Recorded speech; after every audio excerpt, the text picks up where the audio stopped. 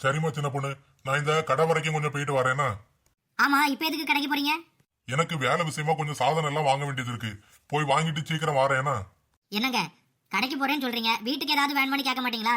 அடடடடா, மறந்தே போச்சு. ஆமா, வீட்டுக்கு என்ன சாதனம் வாங்கணும்னு சொல்லி வாங்கிட்டு வந்துடுறேன். ஒன்ன வாங்கண்டாங்க, எல்லாமே வீட்டுல இருக்கு. என்னைய பார்த்தா உனக்கு கிறுக்க மாதிரி தெரியவா? சும்மா என்கிட்ட விளையாடிட்டு இருக்கா? ஆமாங்க. என்ன தட்டி சும்மா ஆமா வாமான்னு சொல்லிட்டடக்கா. கடைக்கு போயிட்டு வரேன்னு சொல்லுங்க, விளையாடிட்டு கிடக்கா விளையாடிட்டு. சரி சரி, கோவப்படாதுங்க, போயிட்டு வாங்க. இந்த வீட்டுல கொஞ்சம் காமெடியா பேசினாலும் தப்புதான். லே மோனே, உன் பொண்டாட்டி கிட்ட என்னெல்லாம் வாங்கணும்னு கேட்டிய? தங்கச்சி ஒருத்தி வீட்டுக்கு வந்திருக்கா, அவளுக்கு என்ன பிடிக்கும் ஏது பிடிக்கும்னு ஒரு வார்த்தை கேட்டியா? அவள்கிட்ட வேற தனியா கேட்கணுமாகும். அவதான் வீட்டுல கிடைக்கிறது எல்லாத்தையும் பறக்கி தின்னுட்டு தானே இருக்கா. போறவ என்னத்த அவளுக்கு தனியா வாங்கணும்? அதானே மறுமொழி, நான் வாங்கிட்ட பேசல, நீ சும்மா இரு.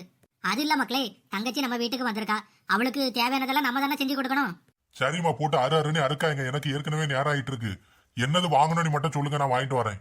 தங்கச்சிக்கு நாட்டுக்கோழினா நல்லா பிடிக்கும் மோனே, வரும்போது ஒரு நாட்டுக்கோழி எடுத்துட்டு வந்துரு. நாட்டுக்கோழினா நல்லா அவ இருந்து வெட்டு வெட்டுன்னு வெட்டுவானி எனக்கு தான் தெரியுமா. ஆமா, எந்த நாட்டுக்கோழி வாங்கணும்? என்ன, எந்த நாட்டுக்கோழியா இருந்தாலும் பரவாயில்ல, நான் திம்பேன். ஆமா, உனக்கு என்ன, பைசா நான் தானே கொடுக்கேன்.